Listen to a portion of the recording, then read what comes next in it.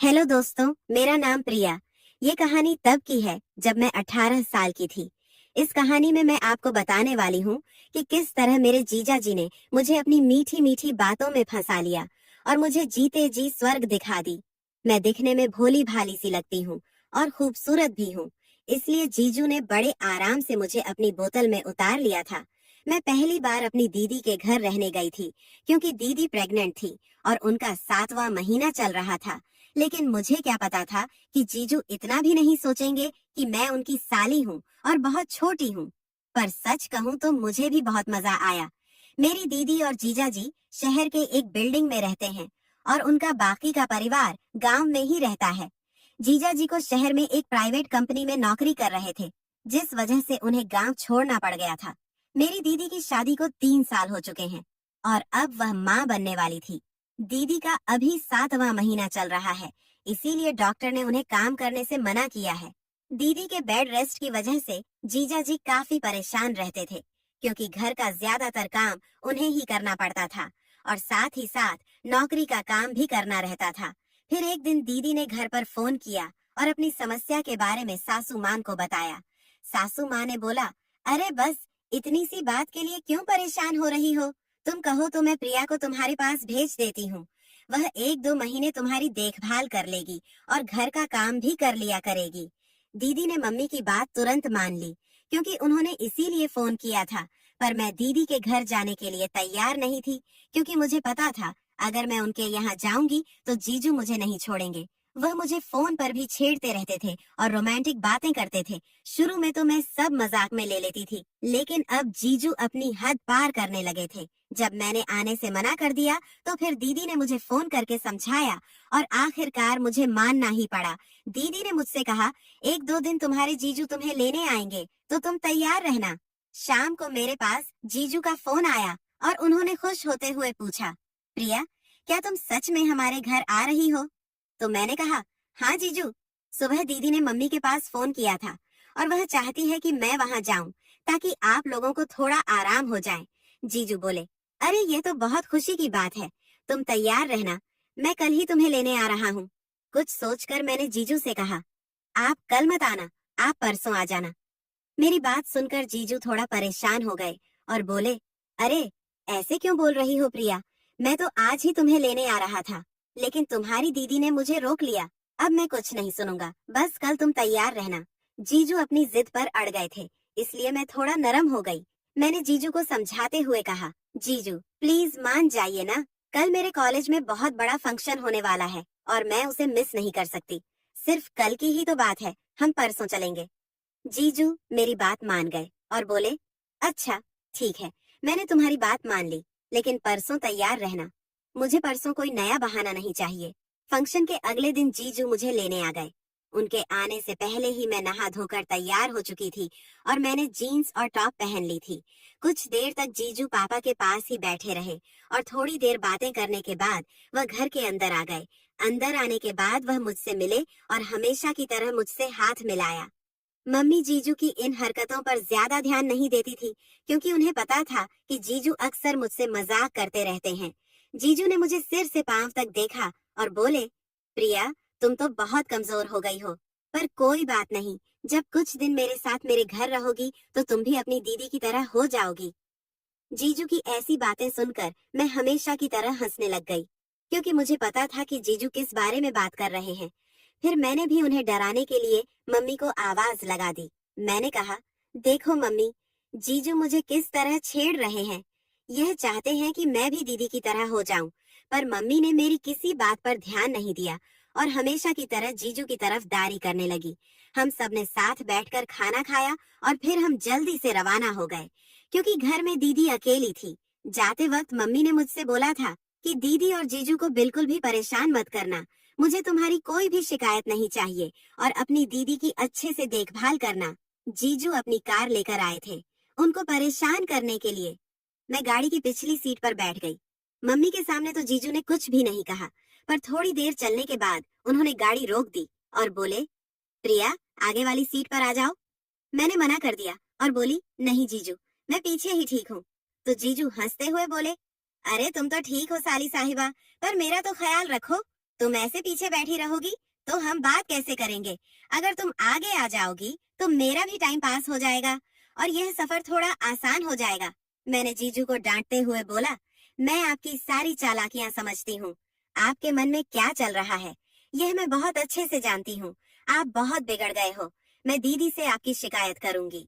मेरी बात सुनकर जीजू थोड़ा उदास हो गए, तो फिर मैं भी आगे वाली सीट पर जाकर बैठ गई। गाड़ी चलाते वक्त जीजू बार बार मेरी तरफ ही देख रहे थे और मैं समझ चुकी थी कि जीजू ने मुझे आगे वाली सीट पर क्यों बुलाया है। मैंने मुस्कुराते हुए कहा, जीजू अभी आप ध्यान से गाड़ी चला लीजिए, मुझे तो आप घर पर भी देख सकते हैं। जीजू भी मुस्कुराने लगे और बोले, नहीं प्रिया, ऐसी कोई बात नहीं है, पर सच तो यह है कि तुम अपनी दीदी से भी ज्यादा सुंदर हो। तुम जिसकी पत्नी बनोगी वह सच में बहुत खुशनसीब होगा। मैंने हंसते हुए जीजू को जवाब दिया, अरे जीजू अब इतना भी झूठ मत बोलिए, और अगर आप ये सारी झूठी तारीफें करके अपनी साली साहिबा के साथ कुछ सेटिंग बनाने की कोशिश कर रहे हैं तो यह सारे ख्याल अपने दिमाग से निकाल दीजिए, क्योंकि मैं आपको बहुत अच्छी तरह से जानती हूँ। आप बाहर से जितने शरीफ लगते हैं अंदर से उतने ही शरारती हैं। मेरी सारी बातें सुनकर जीजू हंसने लगे और बोले, अच्छा चलो ठीक है, मैं चुप हो जाता हूँ, पर तुम तो अपनी दीदी से भी ज्यादा नखरे वाली हो। मैं कुछ सोचकर जीजू को डांट देती थी, पर सच कहूँ तो मुझे भी उनका हंसी मजाक करना बहुत अच्छा लगता था। वह देखने में भी बहुत स्मार्ट थे। उनकी उम्र लगभग 29 साल थी, इसलिए वह ज्यादा बड़े भी नहीं लगते थे। वह बहुत ही अच्छे स्वभाव के थे, इसीलिए उनके साथ टाइम का पता ही नहीं चलता था। ऐसे ही बातें करते करते रास्ता कब गुजर गया मुझे तो पता ही नहीं चला। शहर आते ही मैंने जीजू को धमकी देकर बोल दिया, अगर आप चाट पापड़ी खिलाए बिना मुझे घर ले गए तो आपके लिए अच्छा नहीं होगा। जीजू बोले, अरे मैंने कब मना किया है, मैं तो घर से सोचकर निकला था कि तुम्हें यहाँ के मशहूर गोलगप्पे खिलाऊंगा।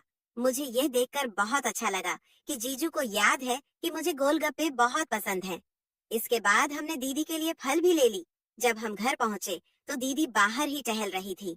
मुझे देखकर वह बहुत खुश हुई और उन्होंने मुझे अपने गले से लगा लिया। दीदी ने घर के बाहर ही जीजू की क्लास लगा दी और बोली, आप मुझसे यह बोलकर गए थे कि दोपहर तक आ जाऊंगा, पर आपने आते आते रात कर दी। इसके बाद हम सब अंदर आ गए और मैंने दीदी को सेब काट कर दे दिए।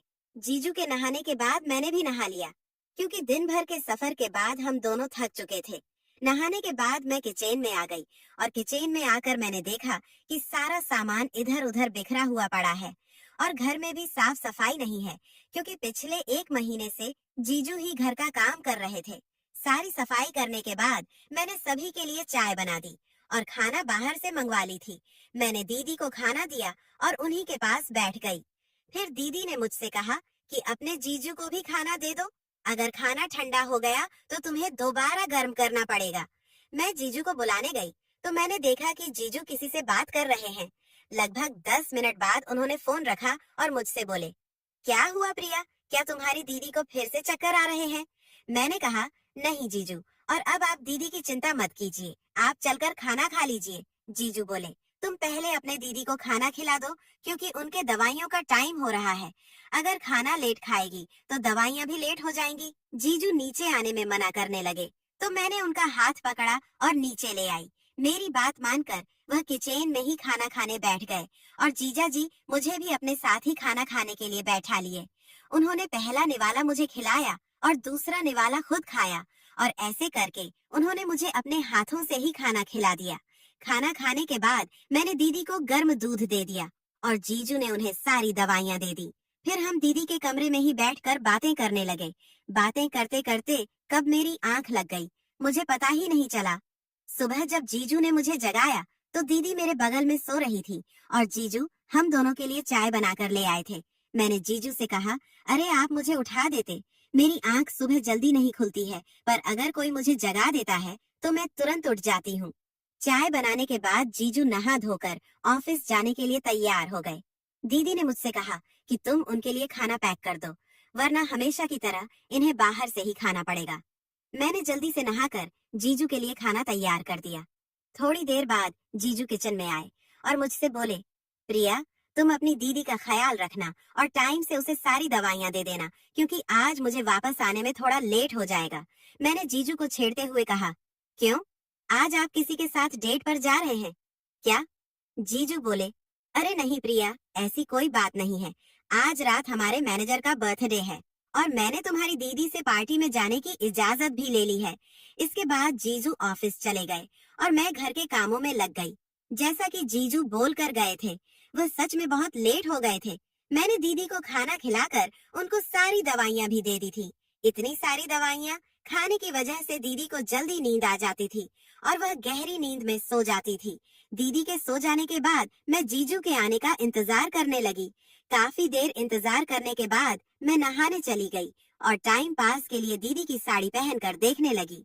मुझे बचपन से ही साड़ियाँ पहनना बहुत पसंद था और दीदी की ब्लैक कलर की साड़ी मुझ पर बहुत अच्छी लगती थी।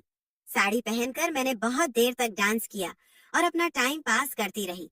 इसके बाद मैं साड़ी उतारने ही जा रही थी कि तभी डोर बेल बज गई और मैं समझ गई थी कि जीजू आ गए हैं। मैं जल्दी से दरवाजा खोलने चली गई। जैसे ही मैंने दरवाजा खोला तो जीजू कुछ नशे में लग रहे थे। मुझे साड़ी में देखते ही जीजू बोले, काजल तुम अभी तक सोई क्यों नहीं? उन्होंने मेरे कंधे पर अपना हाथ रखकर मेरा सहारा ले लिया। इसके बाद मैंने भी उनसे कुछ नहीं कहा और धीरे धीरे उन्हें उनके कमरे में ले आई। कमरे में लाकर मैंने उन्हें बेड पर बैठा दिया और बोली, जीजू आप थोड़ी देर यहीं बैठो, मैं आपके लिए खाना लेकर आती हूँ। जैसे ही मैं जाने लगी तो जीजू ने मेरा हाथ पकड़ लिया और अपनी तरफ खींच कर बोले, प्लीज यार आज मना मत करना। अब मैं पूरी तरह समझ चुकी थी कि जीजू मुझे साड़ी में काजल दीदी समझ रहे हैं। मैंने पीछे मुड़कर कहा, जीजू आप गलत समझ रहे हो, मैं काजल नहीं प्रिया हूँ। लेकिन नशे की हालत में जीजू ने मेरी एक बात भी ना सुनी और पिछले 3-4 महीनों की सारी भूख मिटा ली। सुबह हमेशा की तरह जीजू मुझसे पहले ही उठ गए थे। उठते ही उन्होंने मुझे जगाया और बोले, क्या हुआ प्रिया, तुम ठीक तो हो ना? मैंने नींद में सिर्फ इतना ही बोला कि जीजू मुझे थोड़ी देर और सोने दीजिए ना। मुझे देखकर जीजू यही सोच रहे थे कि शायद उनसे नशे में कुछ गलत हो चुका है। मेरे उठने से पहले ही वह मेरे लिए चाय बना लाए। आज उन्होंने दीदी को भी नहीं जगाया था क्योंकि वह मेरे उठने का इंतजार कर रहे थे। उन्हें डर था कि कहीं दीदी को पता न चल जाए कि रात में मैं उनके कमरे में सोई हुई थी। कमरे में आते ही उन्होंने मुझे चाय दे दी और फिर से पूछने लगे कि प्रिया सच बताओ तुम ठीक तो हो ना? आज मुझे बहुत टेंशन हो रही है। लेकिन मैंने जीजू की किसी बात का कोई जवाब नहीं दिया और मुंह नीचे करके बैठी रही। तभी जीजू फिर से बोले, प्लीज प्रिया कुछ तो बोलो यार, ऐसे चुपचाप मत बैठो। मैंने जीजू से सिर्फ इतना बोला, जीजू मुझे नहीं पता था कि आप मेरे साथ ऐसा कुछ कर सकते हो। और इतना कहते कहते मेरी आंखों से आंसू आ गए। मेरे मुंह से इतना सुनते ही जीजू समझ चुके थे कि नशे की हालत में उनसे बहुत बड़ी गलती हो गई है और इसके बाद जीजू मेरे पैरों में गिर गए और मुझसे माफी मांगने लगे। वह बोले, प्लीज प्रिया मुझे माफ कर दो, मैं उस समय होश में नहीं था और नशे की हालत में ना जाने मुझसे क्या क्या हो गया। तुम मुझे मार लो या फिर कड़ी से कड़ी सजा दे दो, पर इस बारे में अपनी दीदी को कुछ मत बताना, क्योंकि अगर उसे पता चल गया तो वह मुझे कभी माफ नहीं कर पाएगी। मैंने जीजू से कहा, आप परेशान मत हो और मैं इतनी पागल नहीं है कि यह सारी बातें दीदी को बता दूंगी। मैं कभी नहीं चाहूंगी कि आपके और दीदी के रिश्ते में कोई दरार आए। बस कल जो हुआ वह ठीक नहीं हुआ। जीजू बोले, तुम जल्दी से अपना बैग पैक कर लो, मैं तुम्हें वापस गांव छोड़ आता हूँ। कहीं ऐसा ना हो कि मेरी वजह से तुम्हारा भविष्य खराब हो जाए। मैंने जीजू से कहा, इसकी कोई जरूरत नहीं है, लेकिन आप मुझसे वादा कीजिए कि अब आप कभी भी शराब को हाथ नहीं लगाएंगे।